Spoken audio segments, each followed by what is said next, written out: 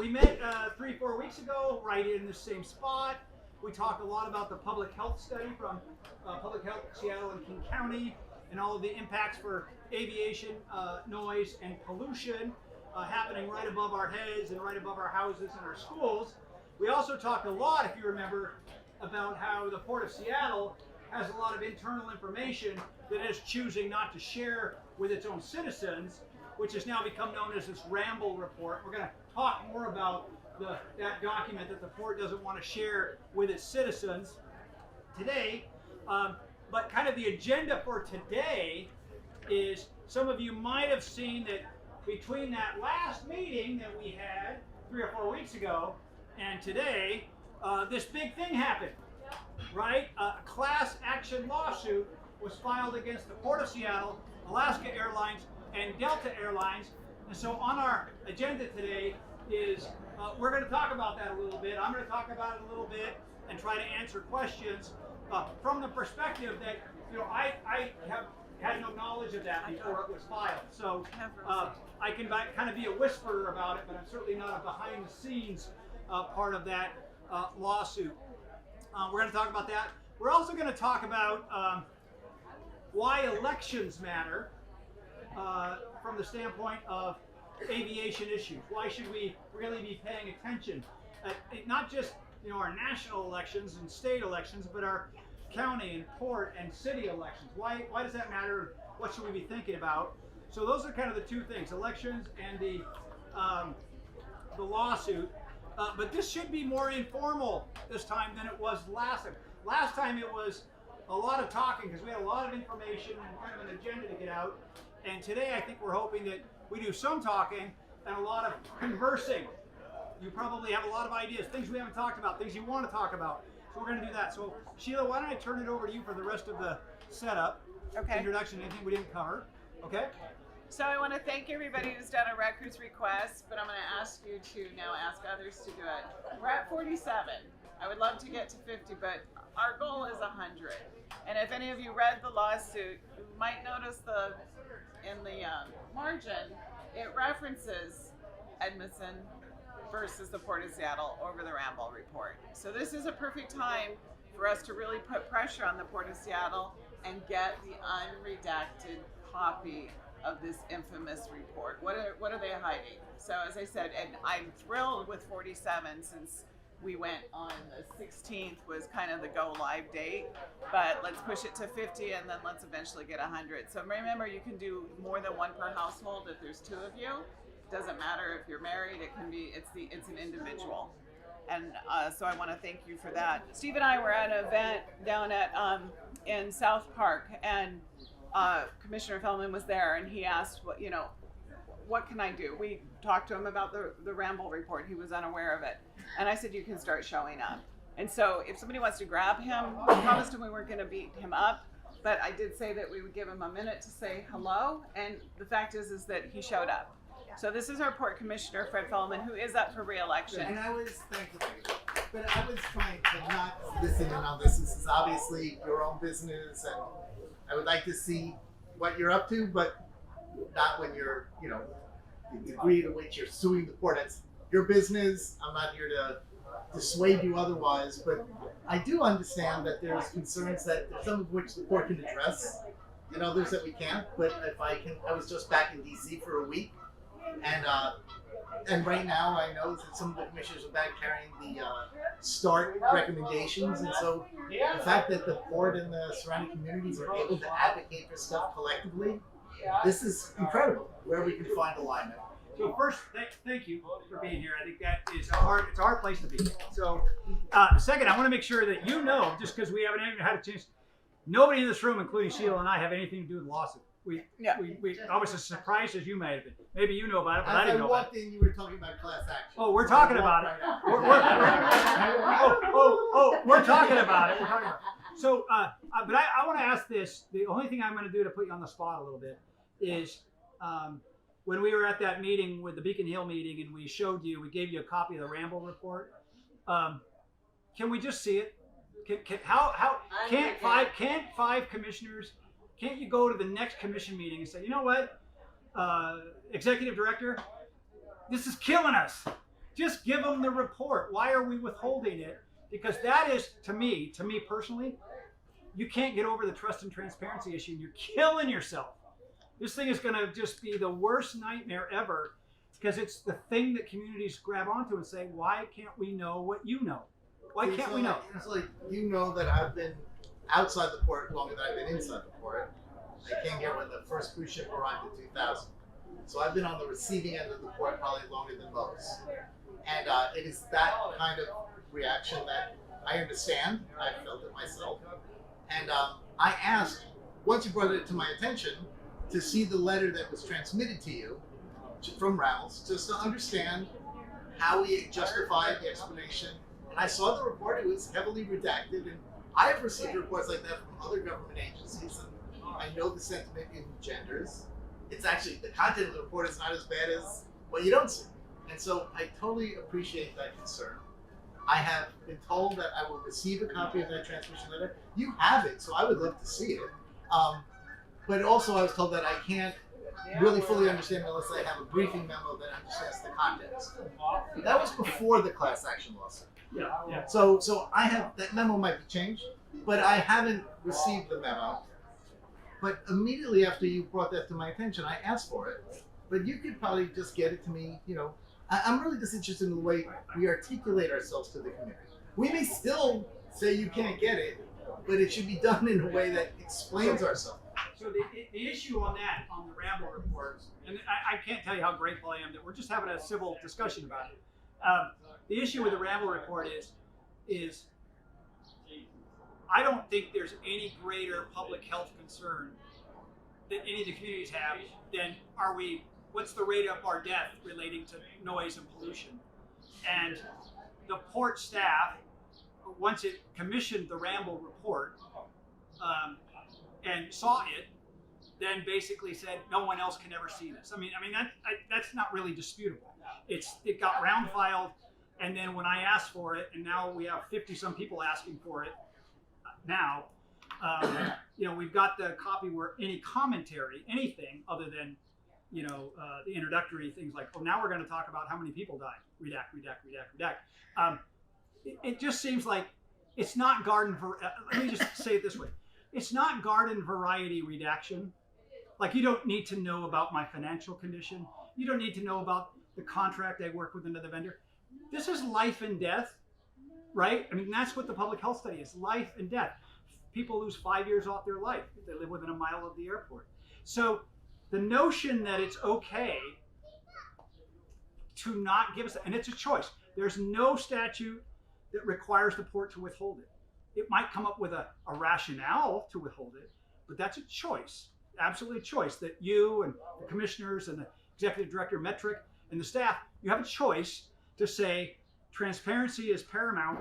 If we have information that says we're dying, the community needs to know it. So I don't understand why you can't ask for it. Didn't you challenge the redaction? Didn't you challenge our I sued the port, and I failed because of the statute of limitations, which has no bearing on the next 50 people who have now asked for the document. Okay, right? Good. So you reteed it up. Yeah, but Fred, none of that. Are you telling me that I have to win a lawsuit? If you're telling me I have to win a lawsuit, now you're on the bad side. You're on the wrong team if you're saying the only way to get the report is a lawsuit, right? Because it's this is a layup. If it's a layup. I'm arguing with you that there are rules in which the work's in progress, and there are other standards of there are clear reasons for not transmitting. No. There are reasons. But there are legal parameters. All I did was ask for understanding what they were, so I have no opinion in terms of their justification of it. But because you brought it to my attention, I've asked for it. I've yet to receive it. If you want to bring me something that you received, I can send I'd you be all the happy to records. see it. Yeah, I would really appreciated seeing the heavily redacted report. I wouldn't have known to ask. You brought it to my attention, so I did. So I'm not right now. It's not completely in our discretion to release whatever we want, because there are constraints on certain things. There is a discretionary amount, and so we could err on one side or the other, and I would prefer to err on transparency. And I am interested to know. I'm not going to let this go. I I'm appreciate going it. to drink it down. I will find out why it is. You shouldn't have to sue us. Yeah. I mean, That's you know, where we this is are. like, That's like where I we said, are right now. I'm Thank a you. public official. So someone else may have a question. I want to say thank you for that debate. I can't tell you how much I appreciate that. Anybody got another topic, or what, did we beat it to death? I appreciate that we did that. So someone should buy him a drink. That's tough duty. Do I get a freebie on that? It's important. Yeah. Where's my drink picture? So can I ask you a question? Yes, of course. So, you know, one of the most pressing issues that have come to our attention, and if you guys are writing to the court, are you CCing us, the commission? Because I don't know, I haven't seen 50 letters asking for this report. So if you don't CC us, we don't know that you're doing Public records. They're public records But requests. you can copy us. I will actually Not I'll in do the a request. Yeah, no, one time out. I will do a screenshot of how many people have filed that request, and I will send a letter to It's all just you a way of us commissioners. to know that this inquiry is Absolutely, out there. I'll take care of helps that us. tomorrow. We'll just ask the same question. It might be an executive session. It might not be for public disclosure, but we at least understand what's going on. Maybe you can ask the court to actually CC you the records requests. Is that possible? No, I'm actually worried about things like that. Like, look, if important constituents of ours are asking for sensitive information, we should at least know there's a question pending, and that happens sometimes. I'm happy to send an email to all the commissioners, bringing it to your attention directly. And So, North Sea-Tac Park, you ever hear of that? Yeah. Of course. And so, this has been really a Sea-Tac issue primarily, but I'm just wondering, to the degree this is an issue for communities somewhat afar from the park. I mean, I'm generally aware of the issue. My understanding is that there's some impression that commitments were made historically to preserve it. I'm just wondering how much of is there any interest or use passion? for you folks to have weigh in on this issue? Or absolutely. So preserving that park, especially in light of the King County Health, no more trees need to come down. No more of our green spaces. No more of our parks need to go away. And right now it's still zoned to aviation. So, in 20 years we're all going to be gone, and then they can go in and, tear it all down. So I'm just asking you, Yeah. have you been writing to us as well? Yes, and so Quiet Skies has joined with Nomi and Save Sea-Tac Park on a number of letters. Because we've received, this is one of the most obvious issues of concern, and one of the most clearly I'm going to deal with. I'm on the JAC, and Hamdi and I, Commissioner Muhammad and I, are going to give you something by the end of the year for sure, and we're working on making sure it's as positive as it can be. And I'm just tired of the fact that these questions have been posed and you haven't been given a straight answer one way or the other. I think you're owed that much. I hope it's an answer you'd like to hear, but I'm committed to trying to make it so. Thank you. So I did a records request because there's a marina redevelopment, and I could say, is it Embarcadero? Am I saying it correctly? Yeah. So if you go on their website, it says the Port of Seattle / City of Des Moines Marina. And I thought, why would the Port of Seattle be in first position? So I did a records request. I'm still waiting, but I got a little tidbit back, and there was 2 internal documents. I think one was in 17, and then one was a little more current, where Michael Mathias had approached the port to buy the marina and then lease it back to the city. And it was Katie Hassal, what was her name? Katie Simba had written one of the internal memos to say, hey, Michael approached us with this idea. He could talk to you about it when you do the tour of the city. But it happened 2 different years far enough apart. And then when you look at the marina redevelopment, and the Port of Seattle is in first position with the company that is doing it, for lack of a better word. We're just wondering, and we won't know until those records come out, if there's discussions of any partnership, because the city keeps talking about public-private partnership with the Port of Seattle engaging in our marina. But honestly, so I'm very interested in how this is going, because this is truly a quality of life and economic engine for the area. This is unique for the South Sound communities here. So I appreciate that. I've also known we've been asked for many years to, actually one of the things I did was help. The port has like a very close working relationship with the Army Corps of Engineers because we're always permitting something, right? And you had a retaining wall problem, right? And so I engaged port staff to see if we couldn't expedite a permit for you. You know, that was just like, hey, partners, we know who to call. Let's help that get done. We were walking down here. There was some request for us to help fund your stairway to heaven, right? And there was there was some other projects that asking for port economic development resources, which is what we're here for. Never to acquire. So, but I mean, we have been, and I'm inclined to. What can we do to help? And then there was the ferry, right? And you were berthing at our marina, Bell Harbor, which you can't do anymore because we're not a ferry terminal. So I was just got a great meeting. I'm now co-chairing the Highline Forum, and so we just had a great presentation how much we're loving the ferry, and next meeting, not so much. So, but these are partnerships that we're seeking. It's just, I've never heard of acquiring.